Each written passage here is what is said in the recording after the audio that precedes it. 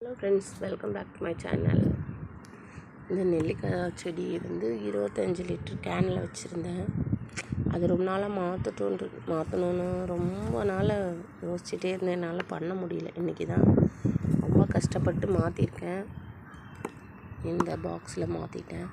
இங்கே பாருங்கள், ஃபுல்லாக பூ வைக்கிது, காய் ஆக மாட்டேங்குதேன்னு நான் ரொம்ப ஃபீல் பண்ணால் இன்றைக்கி தான் அதை தட்டி பார்க்கும்போது தெரிஞ்சுது ஃபுல்லாக மாவு பூச்சி. இந்த தொட்டி ஃபுல்லாக அப்படியே கொஞ்சம் மண் மட்டும் உதிர்த்து விட்டுட்டு கொஞ்சம் உரம்லாம் போட்டு வச்சுருக்கேன்.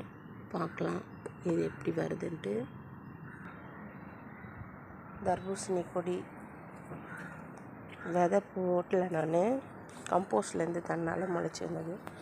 இங்கே பாருங்கள் ஃப்ரெண்ட்ஸ், பாவக்கொடி இதுவும் தப்பு செடி தான், கம்போஸ்ட்லேருந்து தான் முளைச்சி வந்தது. எவ்வளோ பாவக்காய் பாருங்களேன், அதாவது குட்டி பாவக்காய்களுக்கு நிறைய.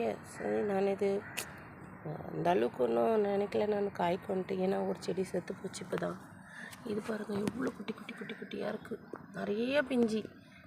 நான் எதிர்பார்க்கவே இல்லை இது இவ்வளோண்டு செடியில் இவ்வளோ பிஞ்சு வரும்னு. எந்த உரமும் கொடுக்கல, இப்போ தான் கம்போஸ்ட் போட்டு விட்டேன் லைட்டாக.